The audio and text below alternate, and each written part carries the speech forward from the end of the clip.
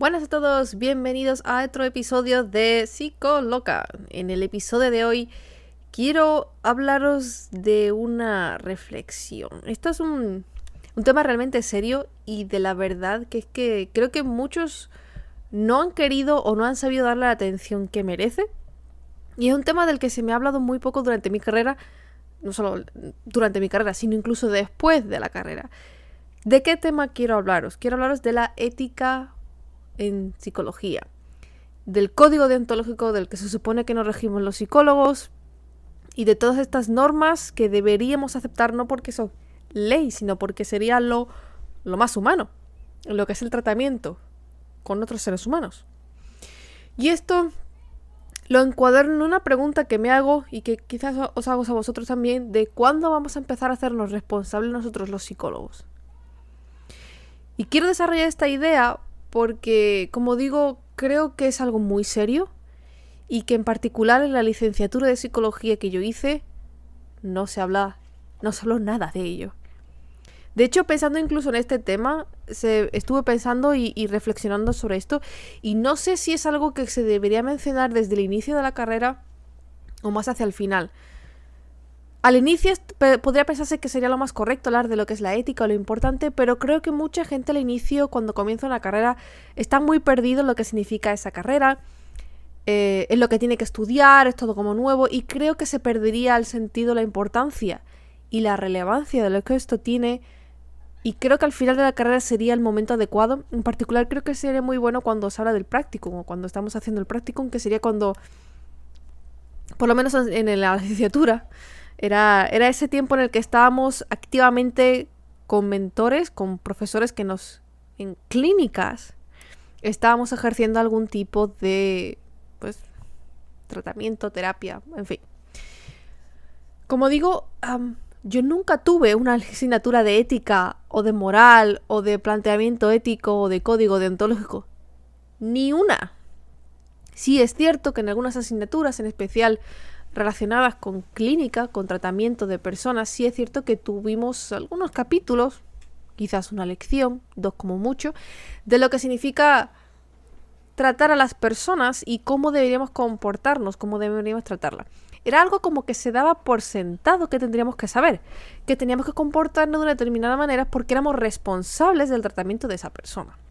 Y creo que, sin embargo, se daba tan por sentado que no se hablaba del concepto de lo que de verdad se supone que deberíamos tener en la cabeza, desde responsable del código ético que deberíamos tener en la cabeza a la hora de sentarnos delante de una persona cuando la vamos a escuchar de todos sus problemas.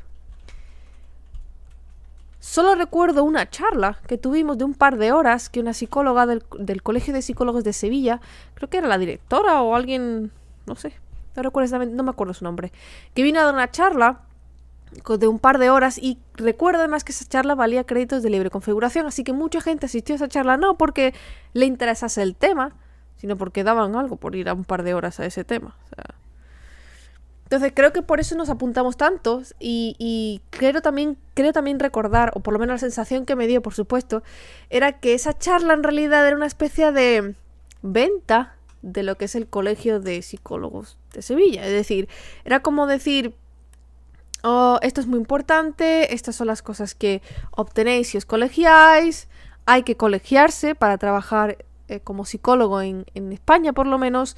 Si quieres trabajar como psicólogo clínico sanitario, en algunas otras facetas no hace falta colegiarte, te lo recomiendan, pero en otras no hace falta. Sin embargo, si quieres ser psicólogo clínico y si quieres trabajar en la psicología clínica, tanto la pública como la privada, debes estar colegiado. Entonces creo que recuerda esa sensación de que en esa charla era como venderte el colegio de psicólogos, en particular el de Sevilla, porque era donde estaba, ¿no? No sé cómo es la situación actual en el grado en España, en el sentido de no sé si hay alguna asignatura que sea de ética o de código deontológico, o no sé tampoco también cómo es la situación en otros países, no sé si quizás en un país de Latinoamérica o en otros países de la Unión Europea o aquí en América hay algún tipo de asignatura de ética o de código deontológico. Sin embargo, me parece muy importante y muy relevante el hablar de esto porque es algo, como digo, la gente tiene como que muy claro. ¿Qué es lo que significa ponerse delante de una persona y, oh sí, esto está claro que no se debería hacer, o de así no se debe tratar a las personas, o esto no está nada bien, o tal y cual? Pero en realidad hay tantas facetas, hay tantas migajas, que no es tan sencillo como parece. Parece todo mucho más claro si lo miras desde la perspectiva de un médico. Ponte la piel de un médico, o de un dentista, o de un fisioterapeuta. Cuando alguien te dice qué es lo que es seguir el código deontológico, o lo que es la ética en ese tipo de situaciones, pues más o menos parece que lo tienes claro, ¿no? No hacer un daño innecesario, buscar siempre la mejor opción del paciente, siempre con la intención de sanar, o si no se puede sanar o curar del todo, por lo menos buscar la opción más humana, más aceptable, cuidado, atención al sufrimiento de las personas, respetar, bla, bla, bla. ¿Significa esto lo mismo para los psicólogos? Y os lo pregunto porque sé que aunque la respuesta me digas, ¡guau!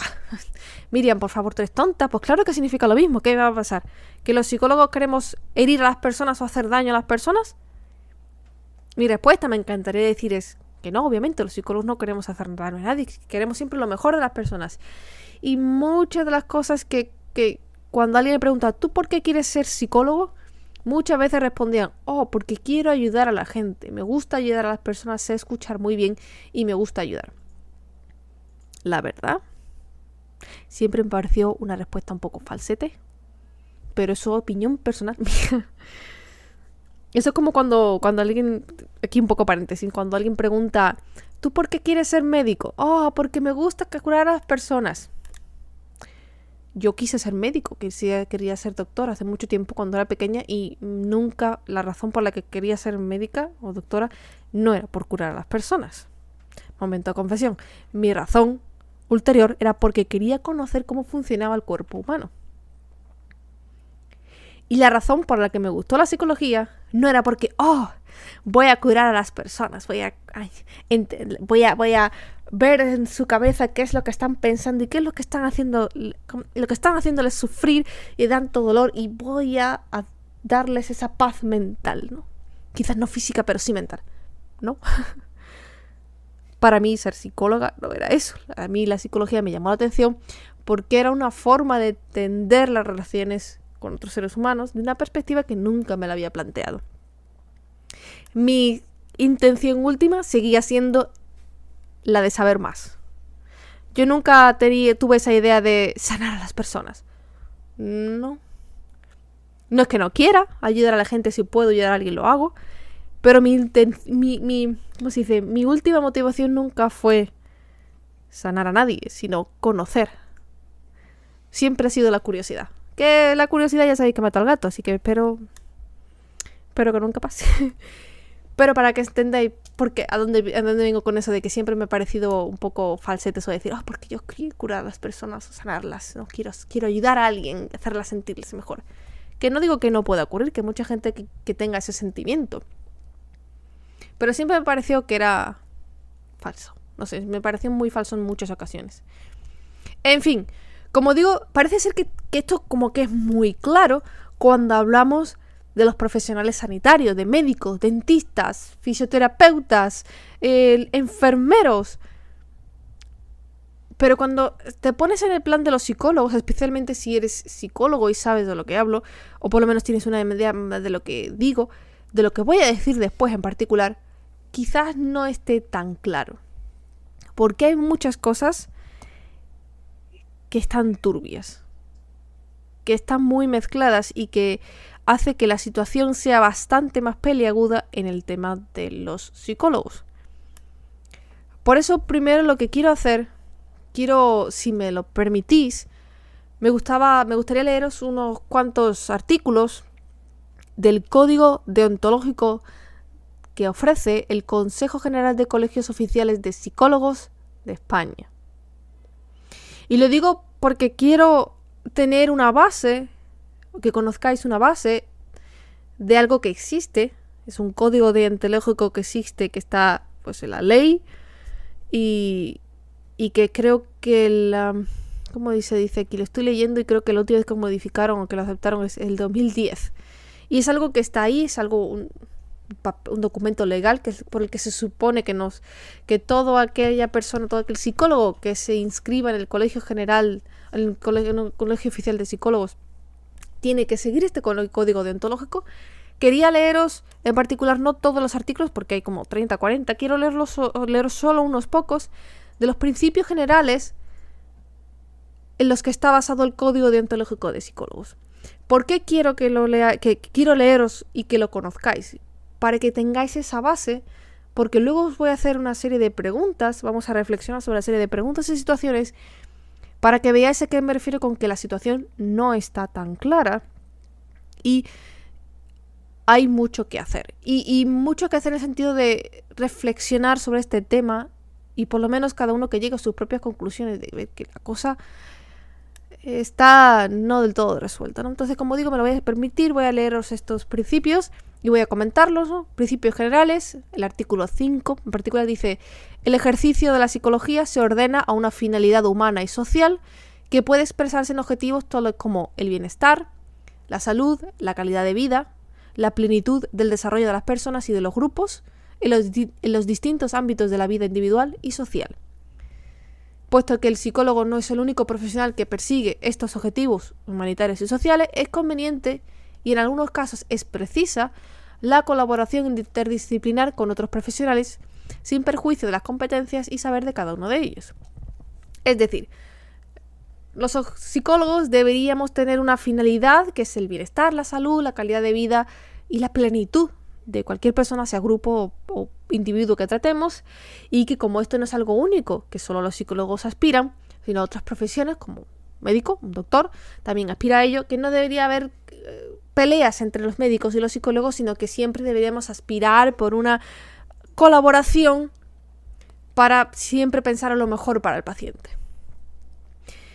Cuando piensas en ello, tú dices, esto es lo normal, ¿no? En realidad no es tanto así, porque siempre ha habido, hasta ahora, bastantes peleas, por ejemplo, entre los psiquiatras y los psicólogos, en donde hay una pelea por ver esa conexión, esa interrelación que hay entre los psiquiatras y los psicólogos, en donde los psiquiatras a veces perciben que los psicólogos se meten donde no deben, y donde los psicólogos sienten que los psiquiatras buscan la forma fácil de salida de la medicación y todo para adelante. Eso, por ejemplo, lo digo porque es una situación que ocurre y que parece como, sí, ayudarnos entre todos para sanar a la persona, todos trabajando juntos con un objetivo final. Y en realidad no es así. Por lo menos no siempre es así. El artículo 6 dice: la profesión de psicólogo se rige por principios comunes a toda deontología profesional. Respeto a la persona, protección de los derechos humanos, sentido de responsabilidad, honestidad, sinceridad para con los clientes, prudencia en la aplicación de instrumentos y técnicas, competencia profesional, solidez de la fundamentación objetiva y científica de sus intervenciones profesionales. Creo que este artículo es el más básico, ¿no? de lo más que se puede resumir lo que sería el código deontológico. Vas a tratar con una persona humana, así que lo primero de ello, respétala. Segundo, tiene una serie de derechos humanos, tienes que protegerlos. Si esa persona está en daño o en peligro de que sus derechos humanos no sean respetados, tú tienes el deber de ayudarlo. Tienes un sentido de responsabilidad, de honestidad y de sinceridad para estos clientes porque dependen de ti, necesitan confiar en ti para tú poder ejercer tu trabajo. Si tú no apareces como una persona responsable o de la que ellos puedes confiar, no van a escucharte, no vas a poder hacer tu trabajo. Luego dicen: prudencia en la aplicación de instrumentos y técnicas, competencia profesional y solidez en la fundamentación objetiva y científica. Básicamente dicen: no todo vale, sino que tienes que basar cualquier terapia, cualquier aplicación de cualquier programa que hagas en una base científica. Que esto es algo que se ha estado peleando en los últimos años, en particular muchos psicólogos, porque muchas terapias no sonaban muy científicas, que digamos. En particular, por ejemplo, vamos a hablar de del psicoanálisis, que se utiliza mucho y sin embargo es tan subjetiva como puede ser que todo trabajo psicoanalítico depende de la interpretación del terapeuta con respecto al paciente, con lo cual no hay dos psicoterapeutas, por mucho que sean iguales, que hayan tenido el mismo profesor y todas estas cosas, que interpreten el mismo problema de un paciente de la misma manera. porque es muy subjetivo. Entonces, aquí es donde empezamos a ver los flecos de la psicología.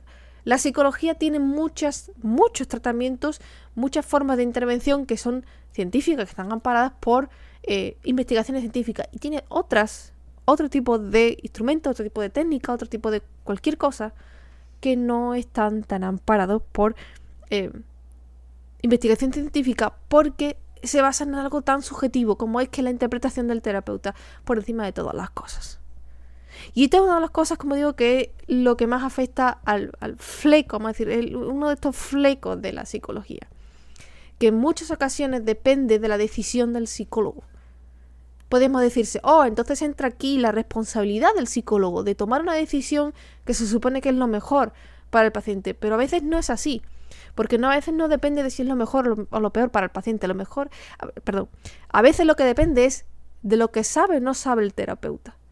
Si una persona, un psicólogo, lo único que hace es aplicar una serie de tratamientos que son los que sabe, no porque no funcionen o sí funcionen, que muchas veces utilizan solo eso porque en su idea son los que funcionan, es que quizás son lo único que conocen. Y habría que pensarse, ¿es lo justo para los pacientes que un psicólogo solo aplique un determinado tipo de terapias porque es la que conoce o la que cree que funciona? Y es aquí donde, como digo, entra el primer fleco de la psicología, porque en muchas ocasiones algunas técnicas, intervenciones no están basadas en verdadera prueba científica de esto funciona siempre, porque no es así. No funciona siempre. Y en los casos en los que no funciona no se sabe por qué no funciona muchas veces. En la medicina, por ejemplo, si tú fastidias con un tratamiento, tienes una serie de resultados y tú puedes más o menos rastrear en muchas ocasiones dónde te has equivocado, por qué te has equivocado y cómo evitar esa equivocación y cómo mirar en qué te has equivocado. Incluso cuando el paciente se muere, se hace una autopsia y se intenta determinar las razones de si hubo error, si hubo ese error, dónde, cuándo se cometió, si hubo manera de corregir ese error una vez que se hubo cometido o si ya estaba todo estropeado, qué es lo que llevó a equivocarse al doctor en ese punto, o si no hubo error ninguno, simplemente fue que no se pudo hacer nada más. En psicología no existe eso porque no está, está difuminado, ¿no? El siguiente artículo dice: el psicólogo no realizará por sí mismo ni contribuirá a prácticas que atenten a la libertad e integridad física y psíquica de las personas. La intervención directa o la cooperación en la tortura y malos tratos, además de delito, constituye la más grave violación de la ética profesional de los psicólogos. Estos no participarán en ningún modo, tampoco como investigadores, como asesores o como encubridores, en la práctica de la tortura, ni en otros procedimientos crueles, inhumanos o degradantes, cualesquiera que sean las personas víctimas de los mismos. Las acusaciones, delitos, sospechas de que sean objeto o las informaciones que se quiera obtener de ellas, y la situación de conflicto armado, guerra civil, revolución, terrorismo o cualquier otra por la que pretendan justificarse tales procedimientos. Este artículo es un poco así como... está muy serio redactado, esto como en casos, situaciones y extremos, ¿no? En casos de guerra, en casos, por ejemplo, con el tema del nazismo, ¿no? En casos de guerra, de situaciones extremas, el psicólogo no debe realizar ese tipo de investigación, tratamiento, estudio, lo que sea, que se haga daño a la persona. En general es que constituya daño para la persona o personas, aunque sea delito o no sea delito. Y que ya sea por colaboración, por omisión, por silencio, eso también entra dentro de romper este artículo, ¿no? De decir, estás rompiendo el código deontológico porque te estás cayendo algo que sabes que está mal. Y sin embargo, se da la situación de que hay muchos psicólogos que hacen y que realizan prácticas que podría decirse que atenta con la actividad, la libertad psíquica de las personas. Y estoy hablando en particular de situaciones que se dan hoy día, que existen y que por mucho que queramos cerrar los ojos, están ahí. De, por ejemplo, psicólogos que trabajan con asociaciones no católicas, religiosas en general, para tratar, por ejemplo, problemas de homosexualidad. Este artículo está muy mencionado está muy centrado en grandes conflictos, ¿no? Porque se dio en el pasado situaciones, por ejemplo, como digo, en el nazismo, en la época de la Segunda Guerra Mundial, de que había muchos doctores, hubo mucha investigación en tratamiento de estudio de los límites de las personas, hasta dónde podemos estudiar cómo se rompe una persona, o cómo el poder corrompe, o cómo, ¿sabéis? Hay muchos tipos de estudios que son realmente duros y difíciles, por ejemplo, de cómo obligar a una persona a tratar a otra persona y ver cómo el poder corrompe y la gente se convierte en torturadores y parece que no importarle. Entonces, hay muchos estudios que son cuanto menos dudosos hablando de la ética, ¿no? En situaciones bastante concretas, como digo, de guerra civil o de conflicto armado, en donde obviamente las situaciones y las líneas de la ética se borran mucho. Tristemente se sabe que los grandes avances de la medicina, muchos grandes avances de la medicina suceden durante tiempos de guerra, porque como existe una necesidad y realmente a la gente le importa bastante menos el sufrimiento de las personas, porque hay otras preocupaciones más importantes durante una guerra, se desarrollan muchos avances porque no se presta atención a lo que es la ética. Entonces este artículo está muy centrado en ese sentido, en esa importancia, pero como digo, existen cientos de terapeutas que se pasan esto por el forro porque tienen una serie de creencias religiosas, creencias que ellos sienten que la homosexualidad está mal y que hay que cambiarla, cueste lo que cueste.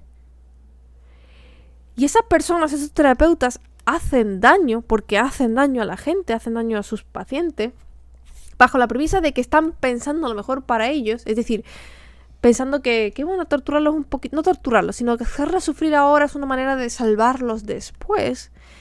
Y esto ya de por sí rompe el código deontológico, pero así, del tirón. Y esto sigue pasando hoy día. Muchísimo, es algo que existe de forma habitual, que es que duele de pensar que es algo normal. Es que os estoy contando esto y no os extraña. Y sin embargo a mí me parece extremadamente increíble que nos parezca normal, cuando no debería serlo. O sea, estas personas tienen una creencia, sea la que sea, y esta creencia está afectando a su trabajo, porque no están pensando en lo mejor para su paciente, están pensando en lo que ellos creen que es lo mejor para su paciente, que su creencia está afectando a eso. Y es aquí donde, como digo, vuelvo a lo de la base científica. ¿Tú crees que eso es algo lo mejor para tu paciente basado en qué? En tu creencia religiosa. No en un estudio científico, no en una base objetiva y fundamentación objetiva. No, te está basando en tus propias creencias, que te están mezclando en tu trabajo y afectan a tus pacientes. Podrías pensar, es que ellos piensan que es lo mejor para esa persona. Pero una cosa es pensar que es lo mejor basándote en tus creencias y otra cosa es pensar que es lo mejor basándote en tu formación objetiva y profesional. Porque yo también puedo pensar que alguien se merece 2 tortas y no por ello le voy a estar dando 2 tortas a una persona. Por mucho que haya esa persona que yo digo, pues sí se lo merece. Esa persona se merece 2 guantazos porque tiene una tontería encima que es que no se la aguanta a nadie. Y yo no voy pegando a la gente 2 guantazos. ¿Entendéis a lo que me refiero, no? Siguiente artículo dice: todo psicólogo debe informar al menos a los organismos colegiales acerca de violaciones de los derechos humanos, malos tratos o condiciones de reclusión crueles, inhumanas o degradantes de que sea víctima cualquier persona y de los que tuviera conocimiento en el ejercicio de su profesión. Esto es muy sencillo, ¿no? Esto es como si ves algo que está algo mal, tienes que reportarlo. Es decir, no te puedes callar algo que sabéis que está rompiendo la ley. Creo que esto no se puede reprochar. Esto es algo creo que es bastante entendible. Sin embargo, se han dado casos de que muchos psicólogos no han visto o han tardado ver algún tipo de malos tratos y eso ya se han de entender como ¿somos eficaces a la hora de entender este tipo de problemas o no? Pero creo que son situaciones excepcionales. Siguiente artículo. El psicólogo respetará los criterios morales y religiosos de sus clientes sin que ello impida su cuestionamiento cuando sea necesario en el curso de la intervención. Otra vez entramos en terreno peligroso, en este caso la religión o los criterios morales. Como dije antes, hay muchos terapeutas hoy día que tienen unas creencias religiosas y en base a esas creencias religiosas son las que realizan su trabajo como psicólogo. Que está muy bien, por ejemplo, si trabajas con gente de tu propia religión, porque más o menos funcionan dentro de tu ámbito. Pero si tú estás trabajando con gente de otra religión, la mezcla, el choque va a ser cultural importante. Puede ser que acabes haciendo daño a tu paciente porque simplemente te niegas a aceptar su punto de vista. Y es difícil. Y en muchos casos es muy difícil. Si yo tuviera delante una persona que es racista, me resulta muy difícil justificarla. Y aceptarla. Esos criterios morales. Aun cuando el que una persona sea racista no tiene absolutamente nada que ver con el problema por el que viene a verme, ¿no? Imaginaos que alguien viene a visitarme porque resulta que tiene una fobia muy grande a las arañas, que no sale de casa. Y descubro durante el curso de la intervención que esta persona es tremendamente racista. Mi opinión personal contra las personas que son tremendamente racistas y mis prejuicios morales no deberían afectarme a la hora de tratar a esa persona. Es decir, yo no debería dejar que esa situación afecte a mi trabajo con esa persona. Pero sin embargo, como podéis imaginar, no es fácil, porque somos también humanos. Y aquí entra otra vez el choque. Somos humanos. Es difícil separar estas cosas en este tipo de situaciones, y esto es otra de las grandes, ¿cómo se dice? Otra de las grandes aguas sucias o de turbias de la psicología. Si nos ponemos a pensar, por ejemplo, a alguien que es dentista, si un racista viene si yo fuera un dentista y me viene un racista en mi consulta, puedo elegir quizás no tratarlo, si en caso de que me molestase mucho o su actitud o lo que fuera. Pero si alguien me viene una persona racista y yo no me di cuenta y estoy ahí pues limpiando las caries, ¿qué voy a hacer? ¿Dejar de limpiarle las caries porque esa persona es racista? Pues lo mismo puede pensarse el psicólogo, y sin embargo hay muchos problemas en ese sentido. Y luego hay un detalle que se dice en este artículo que dice: sin que ello impida su cuestionamiento cuando sea necesario en el curso de la intervención. Es decir, en muchas ocasiones nos vemos, muchos terapeutas, muchos psicólogos se ven necesarios enfrentarse a esos criterios morales o religiosos a la hora de tratar el problema de la persona. Porque muchas veces esas creencias religiosas, esos criterios morales, están afectando a esa persona, son los que realmente afecta a esa persona, son los que realmente está haciendo daño a esa persona. ¿En qué momento puedes tú decidir que tienes que tratar esos criterios religiosos y morales? ¿Cuándo te eriges tú como juez de tomar esa decisión de decir, ok, pues voy a tener que hablar de esta persona que es tremendamente religiosa, de que quizás su forma de ver el mundo en el término de religión, de que tiene una idea religiosa súper estricta, es lo que le está haciendo daño? Y tengo que cambiarle su forma de ver. ¿Cuándo me erijo yo como juzgado para tomar la decisión de cambiarle a alguien tan personal como es que es su creencia religiosa? Es muy difícil, es mucho más difícil de lo que parece. Y hay muchas situaciones en las que no está todo muy mezclado. Tienes que tomar una decisión en temas que son estúpidos y en donde hay muchas creencias que son creencias morales que son increíbles, de pensar que una persona es de una determinada manera por gustarle algo, y tú te tienes que poner en la situación de decir, ok, pues voy a tener que cambiarle a esta persona su forma de ver porque es lo que le está haciendo daño. Pero como digo, es muy difícil ponerse en esas situaciones si no te separas de lo que tú piensas o de lo que para ti es importante con respecto a lo que debería ser importante para el paciente. Es muy difícil. Y como digo, no es algo que esté escrito en un papel y que si te equivocas puedes mirarlo y decir, oh sí, es que nunca deberías haber entrado en este área. Porque además una vez que entras en ese tipo de áreas, difícil. Dice después, en la prestación de sus servicios el psicólogo no hará ninguna discriminación de personas por razón de nacimiento, edad, raza, sexo, credo, ideología, nacionalidad, clase social o cualquier otra diferencia. Este es el artículo número 10 y es lo que se debería hacer. Alguien se sienta delante tuyo y tú deberías pues pensar que es una persona. Da igual lo que esa persona en sí signifique, aunque sea el mismo Adolf Hitler el que tenga delante. Si ese Adolf Hitler te viene con una depresión de campeonato, tú deberías ser capaz de ayudar a esa persona a salir de esa depresión de campeonato, aunque sea el mismo Adolf Hitler. No es fácil, porque otra vez, nosotros mismos somos humanos. Y al igual que los otros humanos juzgan a otras personas y se basan en una idea que tú dices, eso no está bien, nosotros también lo hacemos con nuestros clientes, nuestros pacientes. Artículo 11. El psicólogo no aprovechará para lucro o beneficio propio o de terceros la situación de poder o superioridad que el ejercicio de la profesión pueda conferirle sobre los clientes. Y este artículo duele. Porque es una de las cosas que creo que no se entiende, sobre todo en terapias largas. Hay una serie de terapias que se supone que tardan años, muchos años en ocurrir. Y me parece abusivo. Abusivo porque se supone que eso quiere decir que la persona que viene a verte prácticamente cada semana durante años está pagándote una millonada por tratar algo.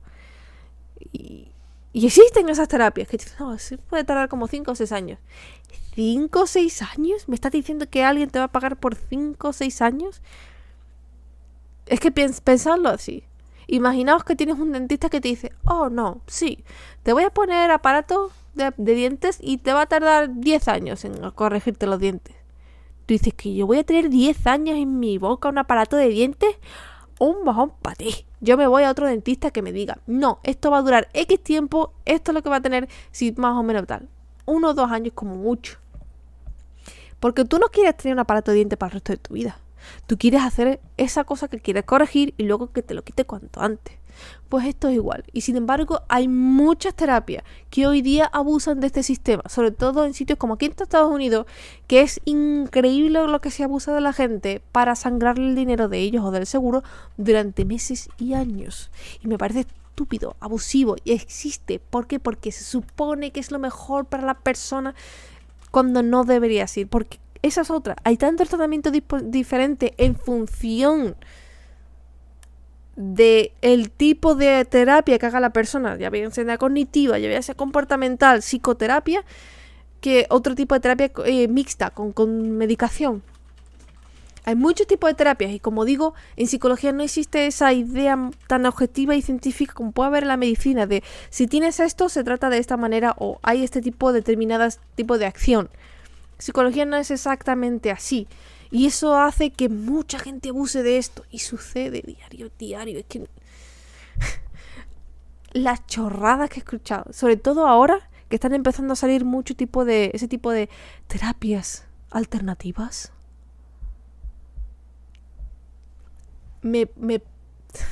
Para ser honesta con vosotros, me pone de mala leche.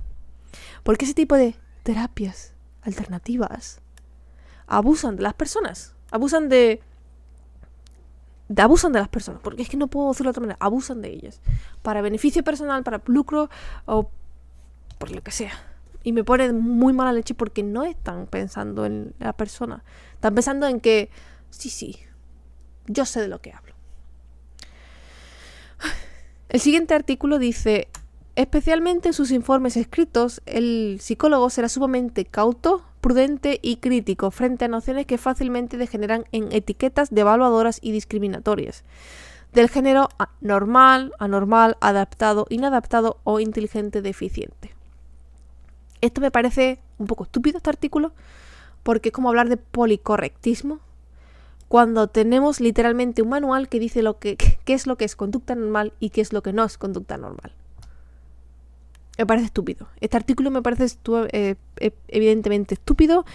Entiendo lo que es el poder de las palabras. Entiendo lo que significa el que cuando tú dices algo de una manera te estás esclavizando lo que estás diciendo. Y hay que ser muy prudente con lo que se dice, de la forma en lo que se dice para que no se malinterprete y sobre todo para que no puedan usarlo contra ti. Pero cuando tú estás haciendo un informe escrito, se supone que tú lo estás haciendo en función de una serie de nociones objetivas por las que has realizado cualquier tipo de test, prueba o tratamiento. Porque cuando tú haces un informe escrito, no lo haces por llevarte un diario. Un diario es para ti. Tú haces un informe escrito porque ese informe va a ir para alguien, ya sea para el cliente, ya sea para el paciente, ya sea para el juez que te ha pedido ese informe, ya sea para el seguro.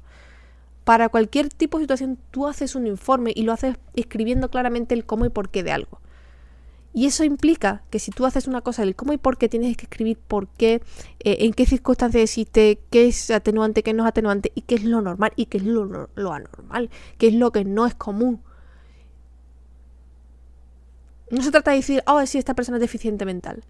Pero si tienes que decir, esta persona es como dar vueltas. Esta persona es deficiente mental, por lo tanto, no. Esta persona pues tiene menos recursos mentales, que no sé qué. Dale la vuelta a lo mismo. ¿Hay que ser prudente? Sí. Crítico también, en el sentido de se hacen las cosas que se hacen. Pero lo de etiqueta me parece estúpido porque es que al final vamos a estar etiquetando. Una persona que tenga esquizofrenia. Una persona que tiene anorexia. Una persona que tiene depresión. Una persona que no sé qué. Al final estamos etiquetando. Estamos diciendo, esta persona se etiqueta como depresivo. Tiene depresión. Esta persona se etiqueta etiquetando, tiene bulimia, es anoréxica. Es difícil, porque como digo, las palabras tienen poder. Pero me parece un poco, no sé, estúpido decir, cuidado con etiquetar a las personas. Es que es lo que estamos haciendo, porque estamos literalmente utilizando un manual que dice qué es lo normal y qué no es lo normal. Literalmente. Otro día hablaré de lo que estúpido que me supone un manual, o el manual de lo estúpido que es tratar a las personas basándose en un libro que está basado en conducta normal y enferma. Ok, para poner un ejemplo rápido de por qué no me gustan los manuales de psicología. Abrid el manual, o sea, literalmente agarrad un manual de psicología, el CIE-10 o el DSM-4 y tiradlo en el aire. Y en la primera página que caiga, leed. Y estoy 100% segura que va a decir, yo tengo eso. Yo soy narcisista, yo tengo eso. Y ahora lo tiráis al aire otra vez. Y que vuelva a caer abierto.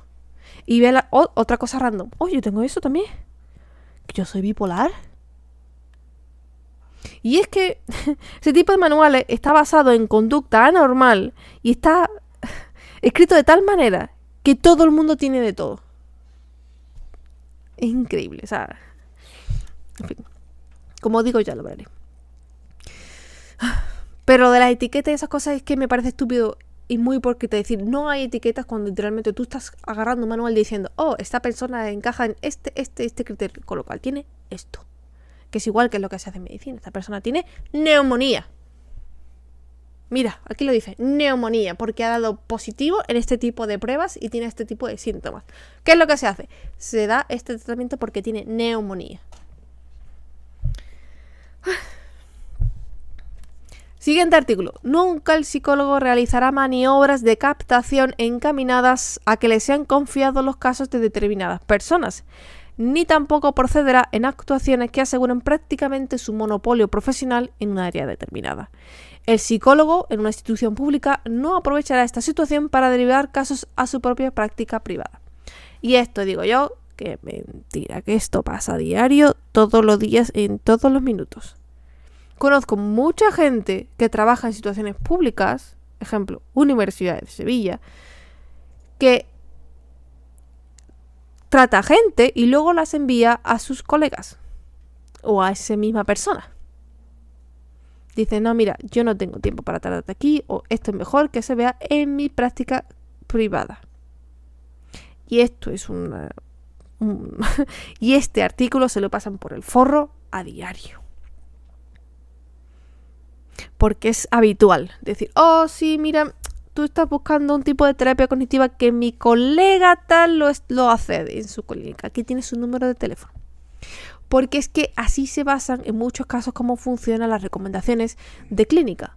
No solo el boca a boca de, sí, este psicólogo fue muy bien para mí. Es que además funciona mucho de forma profesional. De, me vienes a venir a verme aquí en la pública. No te puedo prestar mucha atención. Aquí no funciona muy bien. No hay mucho tiempo, no hay muchos recursos. Vete a ver a esta persona. Yo te lo recomiendo. Es muy bueno. O vete a ver a es colega mío. Ya verás, qué bien. O vete a esta clínica a donde yo trabajo aquí por las tardes. Ahí me vas a ver y podemos seguir hablando de esto. a diario. Y está aquí y se rompe a diario este código deontológico. Que podía pensarse que bueno, también es la culpa, porque es que, claro, en los sitios públicos no hay mucho tiempo y tal, no es excusa. Una cosa es que tú hagas promoción o que tu propio trabajo hable por sí mismo, y otra cosa es que todo funcione por conocer a la gente adecuada que te envíe a las personas, que te llenen tu negocio. Siguiente artículo dice: el psicólogo no prestará su nombre ni su firma a personas que ilegítimamente, sin la titulación y preparación necesarias, realizan actos de ejercicio de la psicología, y denunciará los casos de intrusismo que lleguen a su conocimiento. Tampoco encubrirá con su titulación actividades vanas o engañosas. Y esto es otro que se salta mucho, en especial desde la abrumadora moda que hay hoy día, en el que todo el mundo es un coach, un mentor y un trainer y cualquier cosa de esta que se justifica como pseudo psicólogo, y de repente hacen una serie de terapias pseudo cognitivas y tal. Está pasando a diario. Como digo, desde lo del coaching, mentoring y todas estas cosas así como super fashion hoy día, yo soy un coach de no sé qué, de la salud mental. Ni una titulación, o en algunos casos prácticamente solo cursillos básicos. Yo también doy cursillos yo he dado un cursillo de lectura de analíticas de laboratorio, y yo ahora mismo tengo una analítica de laboratorio y te digo todo lo que tú tienes en tu cuerpo. No. Pasa a menudo. Sí es cierto que en muchas ocasiones en este tipo de situaciones se han quejado. Muchos psicólogos han expresado su más abiertamente rechazo a este intrusismo laboral profesional que existe con el tema del coaching, mentoring y todas estas cosas. Pero creo que no se ha hecho lo suficiente, y de hecho sigue estando bastante abierto por ahí todo este tema. En especial con los libros de autoayuda, hay ahí un cacao y una mezcla, porque muchas personas leen libros de autoayuda pensando que están escritos por profesionales, cuando no, son prácticamente diarios escritos como: te aconsejo como vecino que hagas esto, que es lo que a mí me ha funcionado. Que están muy bien como expresiones de una persona, de su propia experiencia personal.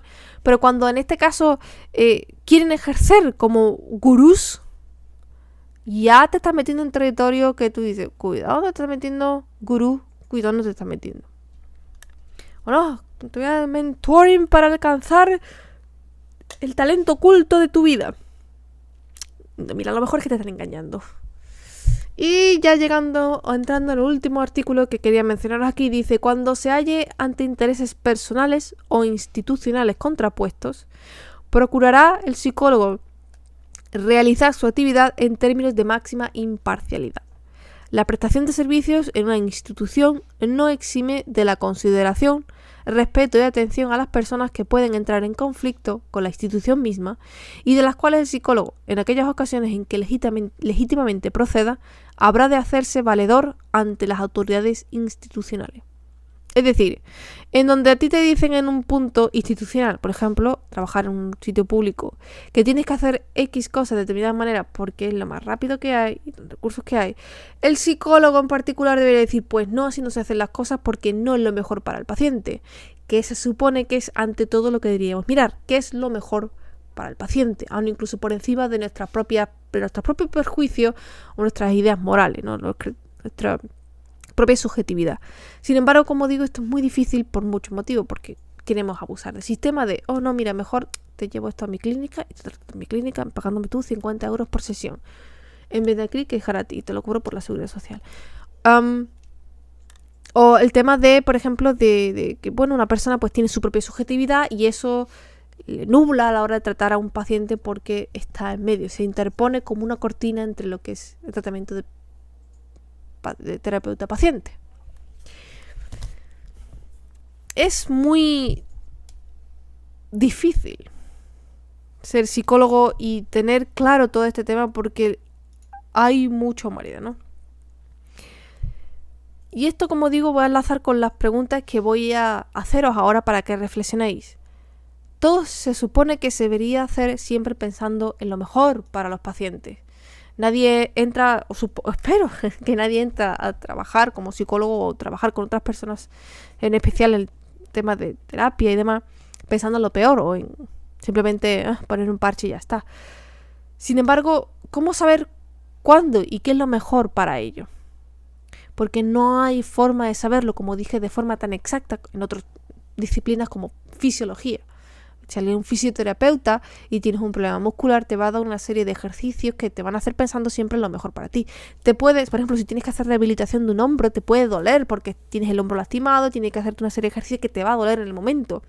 Pero se supone que por la educación que han recibido esos fisioterapeutas, te van a hacer daño temporal en corto plazo, pensando en que a largo plazo va a ser lo mejor para ti, porque vas a ganar al menos movilidad, fuerza en los brazos y demás. Sin embargo, en psicología, con las diferentes aproximaciones que hay de terapia, psicoanalista es diferente de la conductista, diferente de la cognitiva, diferente de la mixta, diferente de la medicación. ¿Cómo sabemos cuándo y qué es lo mejor para cada tipo de paciente en cada tipo de situación? Porque no hay forma, no hay un libro blanco que te dice, para este tipo de paciente hay que hacer siempre. Y funciona siempre. No. Podría decirse que todo forma parte de lo que es la experiencia profesional, pero entonces entramos otra vez en el área subjetiva entonces depende de la decisión del profesional, de lo subjetivo, no del objetivo, no de lo que se supone que sería lo mejor para el paciente, sino de lo que cree una persona que es lo mejor para el paciente en función de su experiencia en el campo en el que ellos tienen su experiencia. Os pongo un ejemplo, ¿no? Imaginaos que me viene a mí alguien, un cliente, un paciente, a hablar de un determinado tipo de problemas y tal, y yo le ofrezco una solución desde mi ámbito, que es la terapia cognitiva. Yo le ofrecería, pues mira, mi forma de trabajar es así, bla, bla, bla, yo funciono de esta manera, trabajamos de esta manera. Sí, estupendo. Y resulta que para esa persona, pues mi terapia no funciona, porque no encaja con su forma de ser, porque yo no sé aplicarla de determinada manera que enganche a la persona y que le ayude a llevar a cabo los cambios que necesita para mejorarse, bla, bla, bla. Sin embargo, esta persona visita a otro terapeuta y le ofrece, por ejemplo, la terapia psicoanalítica, y esta persona de repente se siente mejor, se siente más feliz, más segura, los problemas por los que venía pues se los arregla. Son dos terapias completamente distintas. ¿Quiere decir que yo lo he hecho mal? ¿O es que yo no he sabido aplicarlo? ¿O es que no estaba bien pensado la persona? ¿Cómo se hace esto? No hay forma de saberlo. Hay una dificultad ahí de entender dónde y cuándo te equivocas. Si es que hay equivocación o es que simplemente no se congenia. Luego hay otras cosas como por ejemplo circunstancias externas, como por ejemplo cuando los pacientes no quieren ir a consulta pero son obligados por padres o por jueces. ¿Cómo podemos llevar a cabo tratamientos exitosos? ¿Cómo? ¿Sabéis lo difícil que es tratar a alguien que no quiere ser tratado? De que te venga un adolescente a consulta, de que tiene problemas de agresividad y que lo han mandado del colegio porque, bueno, desde los padres lo han mandado a consulta porque desde el colegio tiene grandes problemas es un acosador. Y los acosadores, obviamente, sabemos que son malos, y a nadie le gusta relacionarse con un acosador, y sin embargo ahí está. Y ese muchacho pues está ahí, no tiene ganas de estar ahí porque yo estoy bien. A mí que me da la gana de estar aquí. Yo no quiero escucharte. ¿Cómo podemos...? La dificultad de llevar un tratamiento exitoso en este tipo de pacientes, porque además se supone que el paciente debe trabajar con nosotros para tener éxito. Que si alguien tiene un problema, en este caso por ejemplo problema de violencia, de conductas, esta persona debe querer cambiar la conducta para poder hacerlo, ¿no? Porque si no piensa que está equivocado, que está mal, no va a cambiar. Luego, si la terapia se considera que es un fracaso, podemos decir, esta terapia ha fracasado después de un tiempo. ¿De quién es la culpa? Porque, por ejemplo, si hay un fallo, alguien aplica un tratamiento médico a una persona que tiene neumonía y se equivoca, resulta que tiene que le está en tratamiento con una serie de medicina antibacteriana y resulta que la neumonía que tiene es vírica. el que haya un fracaso de terapia implica una serie de riesgos para los pacientes, por ejemplo en medicina, que enfermen mucho más, que haya daño a largo plazo, muerte. Si hay un fracaso en la terapia en psicología, primero, ¿cuáles son las consecuencias que puede tener? ¿Que el paciente no se cure? ¿O que el paciente peore? ¿O que las cosas sean distintas? ¿Y de quién es la culpa? ¿Del terapeuta o del paciente? Del terapeuta que no aplicó la terapia que debería haber aplicado o que no sabía o que hizo mal o algo, o del paciente que no escuchó al terapeuta o sí que lo escuchó pero no hizo las cosas como debía hacerlas, o que sí que lo escuchó y hizo cosas como debía hacerlas pero no le funcionaron. ¿Cómo determinamos si perdimos nuestro tiempo como terapeutas con alguien que no encajaba con nosotros? Por ejemplo, si alguien estaba obligado a venir a consulta y nunca quiso escucharnos y nunca quiso hacer nada, o si hicimos nosotros perder el tiempo, el dinero y el esfuerzo a una persona. Y si es así, si nosotros le hicimos perder el tiempo, el dinero y el esfuerzo a una persona, ¿cómo le repagamos? ¿Vamos a culpar siempre al paciente por no querer curarse? Que esto es algo, ojo, que yo he escuchado. Aquí, esto tiene mandanga, pero esto lo he escuchado yo de mis orejitas. De escuchar decir a un psicólogo a otro no, es que este paciente no estaba preparado para mi tratamiento y nunca me escuchó, nunca quiso curarse. Y a mí de que se me quedaron los ojitos como, ¿cómo? Me estás diciendo que tuviste a tu paciente por meses tratándote y pagándote a esa persona para ir a tu consulta. Y tú en fondo de tu corazón sabías que no te estaba escuchando, que no estaba funcionando, pero tú seguías. Y luego la culpa es suya por tú continuar un tratamiento que sabes que no va a funcionar. Porque convenientemente te estaba pagando, claro.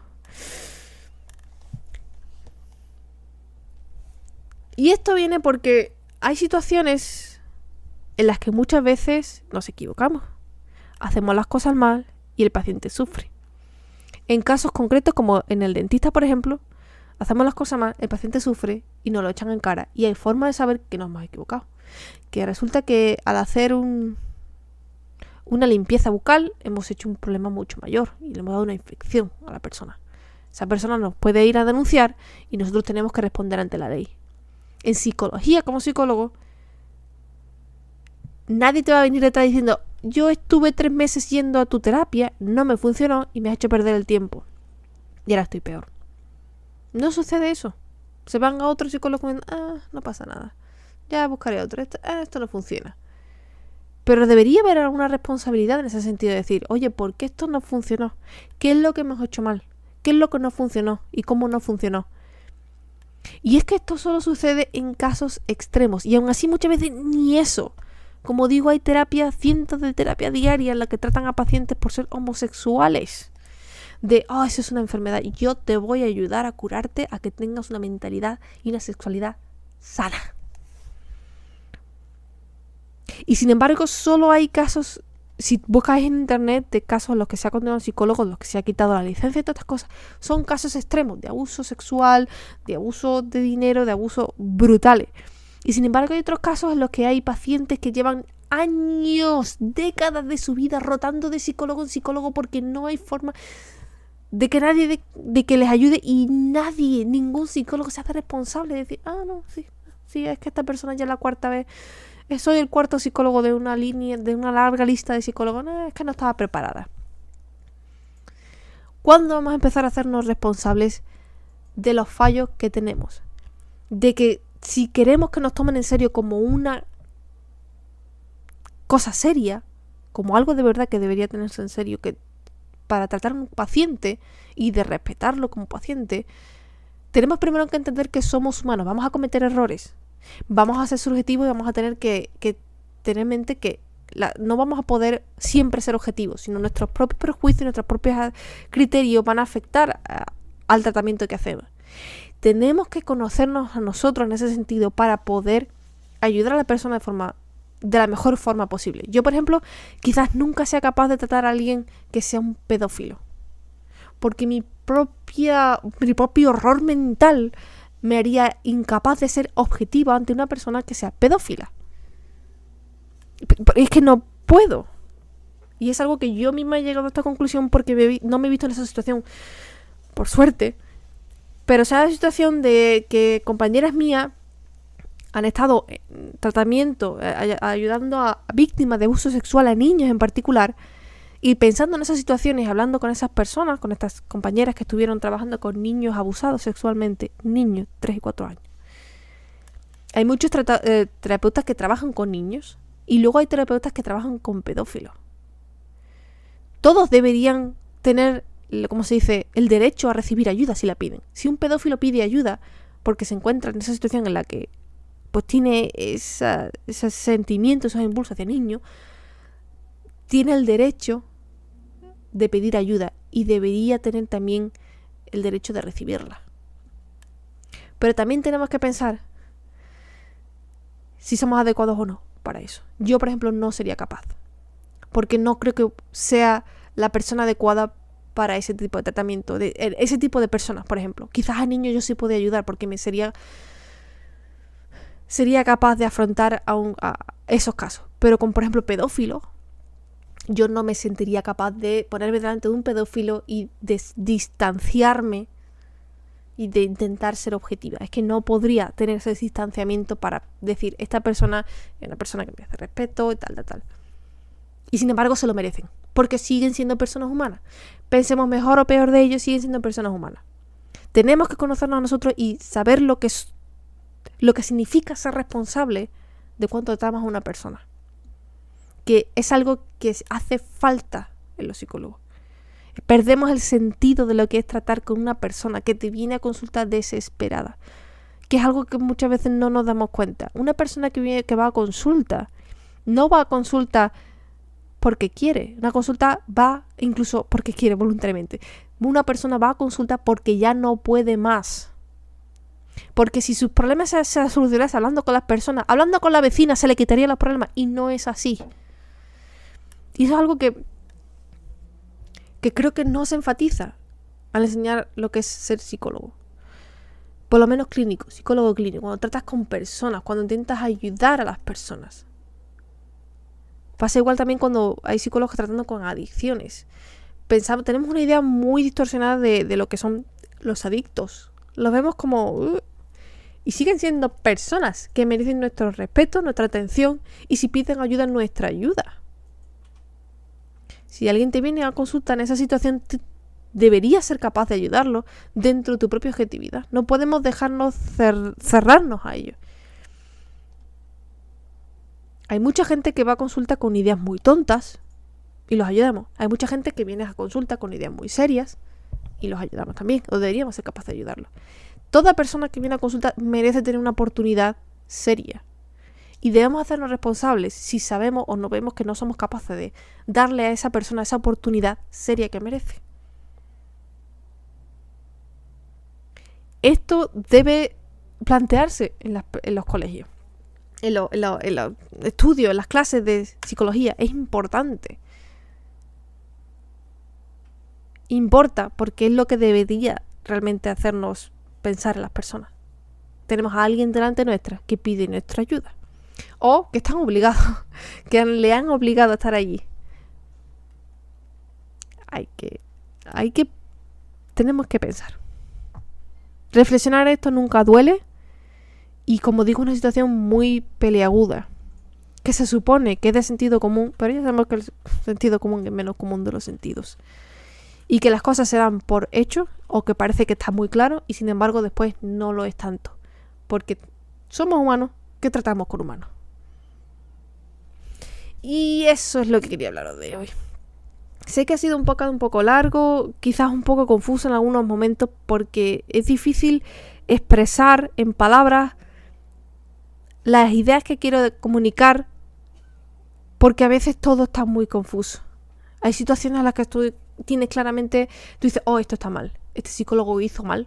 Y en otras situaciones como, es difícil. Por eso es importante que se hable de esto y por eso es importante que se reflexione. Espero que os haya hecho pensar esto un poquito en lo que ya no solo psicología, sino en todas estas situaciones, en todas estas profesiones en las que nos ponemos delante de una persona y tenemos que escucharla y tenemos que ayudarla. Médicos, fisioterapeuta, dentista, psicólogo, clínico, trabajadores sociales. Es bueno reflexionar qué es lo que significa tener una serie de código, ética, moral a la hora de ponerte delante de una persona. De qué estás dispuesto a hacer, qué no estás dispuesto a hacer, dónde están los límites, dónde no están los límites, qué límites te pones y cómo los delimitas, y aceptar que no solo eres humano y cometes errores, sino que vas a cometerlos.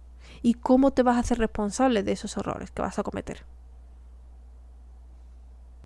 Espero que os haya gustado este podcast, que os haya servido para reflexionar un poquito. Y si tienes alguna duda, pregunta, comentario, sugerencia, son más que bienvenidos.